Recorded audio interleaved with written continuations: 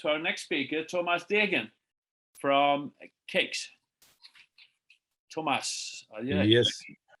Yes, thanks to be on stage. I'm Thomas Degen, Systems Engineer, Cakes. Waiting 40 minutes in time. Thanks for making this possible. After the previous presentation, it's again a different kind of analytics that I would like to introduce you to, and again getting eventually a little bit inspired about what's possible even today compared to before and where we are heading for. It's quite flourished, so I should eventually go from high frequency tradings to semiconductor manufacturing to Formula 1 racing, which is a hard curve to make in eventually 10 minutes, but let me give it a try. So KX is actually 25 years old, and what you see here is something like a standard trader desk, yeah, on some stock exchange, an investment banker who is looking for the current measures, and of course actually only looking at it. The essence behind is that eventually only 0.8% of all trades are done manually. When you look at some of these stock exchanges in Frankfurt, in London, in New York City or so, yeah, it's just a showroom. Yeah, all these trades in the background, these high frequency trades, these algo trades, is done digitally, yeah? And that not only since yesterday, since the past decades. Actually, KX introduced as part of its technology the nanosecond precision to the timestamp data type by 2008. And that gave the traders those days utilizing KX technology even the nanosecond advantage amongst the others. We were still with the microsecond. No kidding. So yeah, having started here with this little nice defty dashboard, yeah, I would like to go on.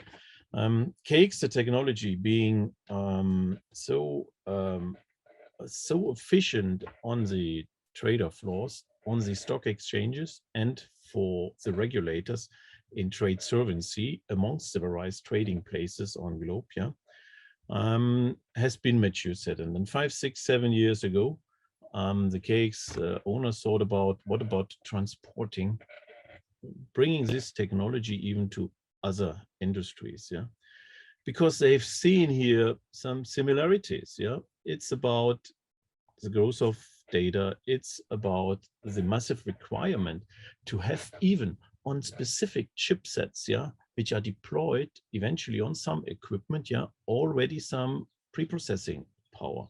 And this is actually what KX is bringing, the chance to deploy nodes from chip to an edge device to the central cloud. And it's all starting from the very same little to less runtime. And that's all about making the real-time decision basis out of this massive load of data that is getting produced, yeah, for instance, for semiconductors. In the past, 2011, there was an initiative by the government of Germany about Industry 4.0, which started to somehow digitally transform and, of course, to connect factories, what they're producing there, to the ecosystem. Yeah, this is a broad picture, yeah. But we've been now nearly 1 decade debated about from a technology-wise perspective, from a use case perspective, and of course from a deployment delivery perspective, how to do it. And we haven't really started yet. We have a couple of samples soon. But primarily, there are 3 things that have been a little bit hurdling and torpedoing these Industry 4 hero vision and targets. One is the organization. So traditionally, the operational technology, the blue mans on the shop floors, have been separated from the enterprise IT of the business. Yeah, and this is according to one mathematician from the 60s, Conway's law. He explains that actually all enterprises build the systems according to the internal communication chain and line of the organization, which caused that these producing, manufacturing enterprises have actually 2 separate ITs. One is the operational technology on side of the factory, run by the operators who actually appreciate only to see traffic lights like red, yellow, green, yeah, depending on the quality of what's getting produced, the quantity, the targets being reached. And you've got the enterprise IT separated in the HQs somewhere on globe of the global steel manufacturing, production, food and beverage customer. Second thing, infrastructure. So looking at grown factories and fabrics, there was not necessarily everywhere, even 30, 40 years ago, the thinking about having Cat6 or LAN, fabric LAN or VLAN eventually deployed, nor were the equipments equipped, yeah, with the right sensors, with the right IoT gateways to get connected. Yeah, so we've overcome this in between a little bit. On these sites where it's not possible to get fiber to the equipment out, yeah, there are other chances right now, even when there's no fabric LAN or VLAN, you could eventually invest into private 5G networks that with dedicated multi-access edge compute nodes, which are portable mobile data centers, ruggedized for specific hard conditions, yeah, but coming with a telecommunication infrastructure. And this allows now to interconnect the site, not only to the local equipments, but even to the end users, enterprise IT. And third and last, what is needed is the right applications that can stand the load of data intensive applications, sensor load that is generated from the equipments into the petabytes eventually per year per fab. And this is now the semiconductor. Jürgen mentioned it already. One of our partners, Applied Materials, nearly every semiconductor plant in Taiwan, in Japan, in Korea, Asia Pacific is right now equipped with their E3 solution, coming with cakes under the hood. And what it allows here is to analyze the wafer data, the wafers quality at production cycles. And that's called for assembly, test, and packaging fault detect classification. This requires certain capabilities to ingest massive data from not only single tools, but eventually 1,000, 1,500 tools, yeah, within the 1,000 hertz of events per second. That's where 1,000 hertz comes from, across 7 by 24 hours a day. And here we are having now the delicate task to combine this real-time data with eventually the intraday data, 24 hours, with historical data, yeah, to find out, is it everything on track? Will we, by the end of the shift, be in line with the OEE, the overall equipment efficiency perspective, to the order from the end client? And of course, what happens after the fact? There is still then the need, and this is what we see here with these 1 petabytes of annual data per fab, and this is a study from 2019. You can imagine that there's lots of learning and experience stored in these big data marts somewhere in the background. We don't want to lose this. No, we want to include it, and that's what CAKES brings. The capability to combine, to query real-time data, the fast data, with the warm data intraday, plus historical data from different data marts, yeah, all from the very beginning, from productization, chip to edge to the cloud. Now again, hard cut, different technology, but yeah, CAKES is supporting even a Formula One. Where does this come from? Actually, it's from wind tunnel tests. And here you see how these days Formula One bolides with different regulations every year. They are every year built up new from scratch. Yeah, so there's a Formula One bolide 2021 in each of the Formula One racing teams. And what they were facing, these regulations of the FIA, the Formula One International Association, to be limited to 4 weeks maximum wind tunnel analysis, which is known as computational fluid dynamics, per year, causing some impact on the way they could design eventually. And they could then, from the racing and from the trainings, take what they've received from the car, from the telematics side of things, back into their design of the car for the next year. And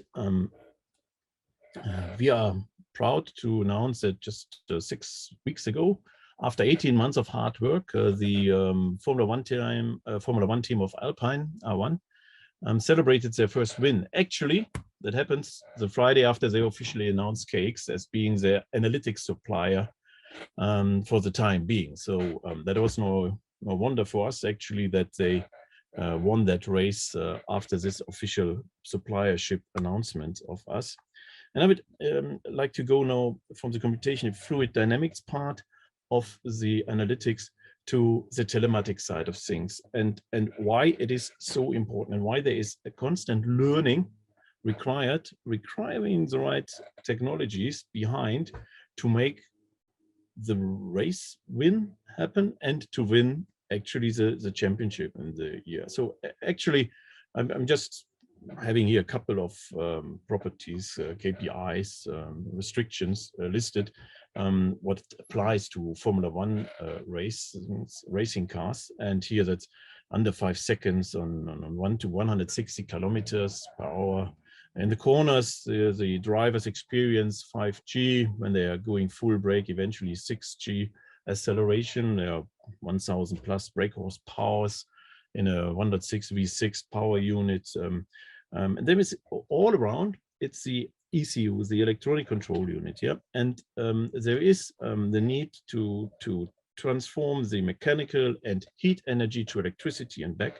Maybe another property or just a number to remember from this speech here is that they're having an energy efficiency of 52% plus, despite our standard private cars having an energy efficiency of 30 to 32% only.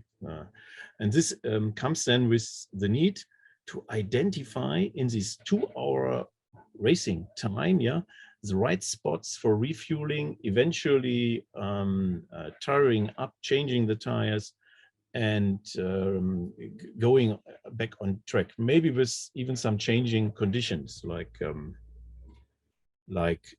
weather and similar. And for the time being, I'm giving you now a view into the cockpit of a race engineer. We have been serving Red Bull as well 3 years ago. And here, actually, what you see here now is standard analytics in real time during the race, yeah, with the telematics across the Formula One racetrack, yeah. Data is collected off the Formula One bolide, sent to the pit lane into the mechanical engineers cockpits, where they can see on screen what's going on. And what you see here is another capability of KX. So actually, we can stop, replay, drive, drill into certain anomaly that the race engineer sees, spots, and could go deeper. Yeah, and this could be then even replayed, analyzed back and forth, and come into the design aspect of the vehicle for improving performance at next. Yeah, of course, here it's all about predicting, and this is something else what this kind of real-time analytics gives to the Formula One teams. The chance to predict when it's according to what it's needed and used from the brakes, from the tires, the best time to go to the pit stop, makes tire changes, and move on. And that's all. It's not only the driver who's winning the race. Yeah, it's a team. It's a team backed up by technology, real-time analytical technology like KX that is powering up the solution and powering up, by the way, the champion by the end of the season. Yeah. So, and that's exactly where we'll end with, a little bit late, but KX, high-speed analytics, it's from chip to edge to cloud. It's using high efficiency available computing resources, can visualize the data analytics in the backend under the cover, can include ML AI on the edge, and provides online offline conditions even after the fact, to re-simulate, to retrain, and to re-optimize the models, the predictions as needed to win the race. Great. Thank you, Thomas. Thank you so much. I'll see. No, we don't have any specific questions for you. I'm just, I started my IT career with punch cards and pajamas papers, and it's just amazing what you can do with technology today. And I'm so happy to have you with us in our little club, because a lot of people can utilize incredibly powerful platforms. So great with that. Let's see. I have a question for all of you. How easy is it to explain to customers the value of what you're doing? Or do they get it? Do they look for you, and are they badly chasing after somebody who can help them? Or do you have to kind of explain what can be done? Thomas, what's your experience? Do they chase you, or do you chase them, so to speak? Yeah. It's vice versa. Yeah. So first there's a problem, eventually a pain, but the customer doesn't know the answer to it, and that's why I'm looking around. Yeah, that's what I see. For instance, with the wind tunnel test, yeah, the teams were just Formula One teams were just standing up fronted with the new regulation only 4 weeks, where they could just do wind tunnel analysis throughout the whole season before, and then they tried certain technologies and found cakes eventually being the best for this. But it's not necessarily only about this. Yeah, with respect to new infrastructure, new solution, and of course new capabilities. Yeah, you have to educate and you have to consult the user what's possible. Yeah, looking at the 500 fortunes from 1995, only 15% are now still alive. Yeah, because they didn't change. Yeah, they did not transform properly. Maybe they were where they have been seating, feeling well in their comfort zone, but you need to be open, you need to be open-minded, you need to listen what's possible, make an educated decision and move on. And definitely I see myself as trusted advisor within KX to help our clients and partners to move on into this decade of Industry 4 real in real time, connecting the ecosystems with each other. Yeah, I have a question actually from the audience. What tech is used for the communication between the Formula One car and the ground? Yes, so there are, with respect to the available racetrack, yeah, private networks, cellular networks established, yeah, but you have got these I would say 5G networks, not necessarily, it could be 4G LTE, but these are then private cellular networks on the racetracks. Yeah, on other training sites, and even we are supporting other motorsports teams in lower seasons. Here it is not everywhere fully cellular network. Yeah, and what you do here is then after the fact, after the race, logging or getting the data from the so-called logger of the car into your analytics solution to do the analytics. But 5G, private 5G networks are in the Formula One kind of cellular, yeah, it was a current cutting edge. That's one of the things we focus a lot on, because we believe that's going to change in not only Formula One, but a lot of other things as well. The 5G factory, I can only, that's the decade of the 5G factory, believe me. So Jonas and Henrik, it seems like you have a similar approach as Cake to the actual data, that you can find and get the data from all kind of sources that the customers already have, because a lot of customers believe they have a problem because they have different parts of their data in different types of standards and so forth. So Jonas, is that right for you? I know that in you just need timestamp data, I think, and you can get it from everywhere. Is that right?